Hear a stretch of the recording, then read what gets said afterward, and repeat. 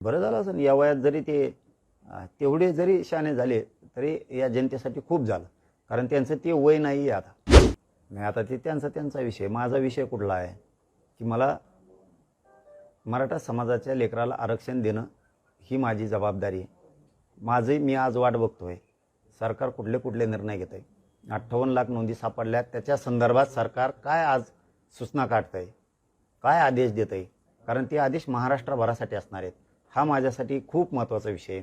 Hyderabad गॅजेटियरचा GR काढला आहे, त्या संदर्भात नेमकं सरकार आता नेमके आदेश काय काढतंय, त्याच्यात दुरुस्त्या काय करतंय, SOP मध्ये काय दुरुस्त्या करतंय, काय भूमिका काय आहे त्यांची, प्रमाणपत्र कशा स्वरूपात हैदराबाद गॅजेटियरनुसार देणार आहेत.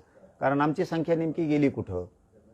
इथं होती प्रत्येक जिल्ह्यात 1 लाख, कोणत्या जिल्ह्यात 2 लाख, त्या वेळेस होती. मग ती संख्या गेली कुठं.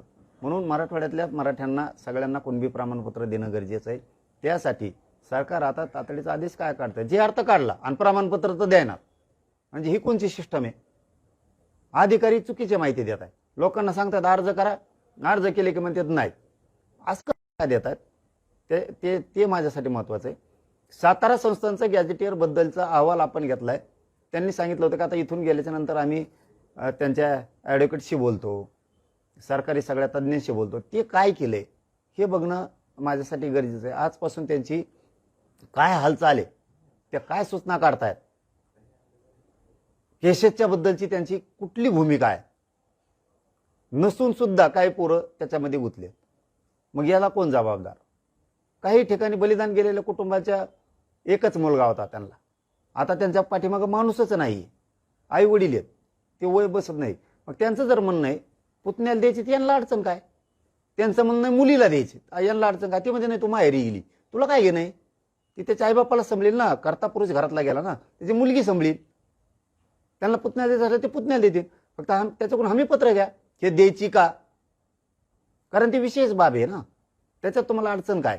EWच्या पोरांचं काय केलं, सारथीचा काय निर्णय घेतात, MPSCच्या पोरांचं काय करतायत, ते सारथीबद्दलच्या योजना सुरू करतायत का, ही आजपासूनची प्रक्रिया माझ्यासाठी बघणं गरजेचं आहे. आणि सगळ्यात महत्त्वाचं, सातारा संस्थांच्या GR बद्दल सरकारने अहवाल घेतलेला असताना का GR काढत नाही, कोल्हापूरचं संस्थांचं गॅजेटियर का घेत नाहीत, याच्याकडे माझं जास्तीत जास्त लक्ष आहे. आता शिंदे समितीला मुदतवाढ दिली पण शिंदे समिती काम करणार आहे, नुसती मुदतवाढच राहणार आहे. त्याला पूर्वी जसे एकनाथ शिंदे साहेबांनी प्रत्येक जिल्ह्याला कक्ष स्थापन केले होते आणि त्यामार्फत जिल्हाभरात कामं सुरू केले होते, त्याच पद्धतीचे कक्ष पुन्हा उपसमिती देवेंद्र फडणवीस साहेब सुरू करतायत का. गोरगरिबांना सोपं होतं. अधिकाऱ्यांकडे कक्ष नसलं, अधिकाऱ्याकडे गेले ते म्हणतं मग आता दुसरं काम आहे. कक्ष स्थापन जर जिल्ह्याला तालुक्याला केलेले असले, तालुका आणि जिल्हा, तर लोकांना डायरेक्ट त्या कामासाठी तिथं जाता येते. याच्यावरती काय भूमिका आहे हे बघणं गरजेचं आहे. बरं, ते तुमचं जेव्हा आंदोलन होतं तेव्हा छगन भुजबळ काही ना काही भूमिका मांडतात. यावेळेस त्यांनी भूमिकाच मांडली नाही, तुमच्या विरोधात पण नाही बोलले. तुमची भूमिका त्यांना पटली आहे का. बरं झालं असं या वयात जरी ते तेवढे जरी शहाणे झाले तरी या जनतेसाठी खूप झालं. कारण त्यांचं ते वय नाही आहे आता की आपण या क्षेत्रात गोरगरिबांच्या लेकराला या वयात वाटोळं करावं आणि ते पाप डोक्यावर घेऊन मरावं. हे त्यांचं वय नाही आहे. ते हुशार झाले असले तर चांगली गोष्ट झाली. कारण आता आकाट तांडव किती दिवस करणार, ह्या वयात मुळ्यात होत असतो. शेतकऱ्यांसंदर्भात प्रश्न आहे. कांद्याचे दर कोसळल्याने राज्यभरात आंदोलन होत आहे आणि सरकारच्या शेतकरी विरोधी धोरणामुळे हे दर कोसळल्याचा आरोप होतो. काय कोसळलेलं.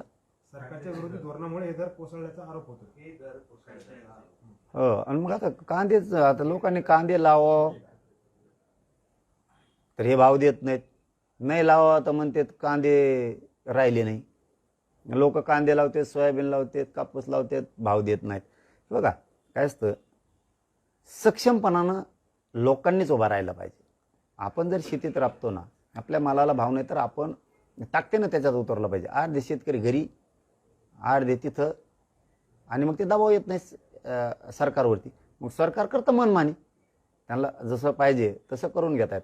शेतकऱ्यांना सगळ्याच मालाच्या भावात जर बदल पाहिजे असला, त्यांच्या मनासारखं करायचं असेल तर सगळ्यांनी एकजुटीनं उभं राहायला पाहिजे. ते होतं आणि सरकारने शेतकऱ्याच्या मागण्या सगळ्या मंजूर करायलाच पाहिजेत. महाराष्ट्रातील सर्व बातम्यांचे विश्वासार्ह व्यासपीठ.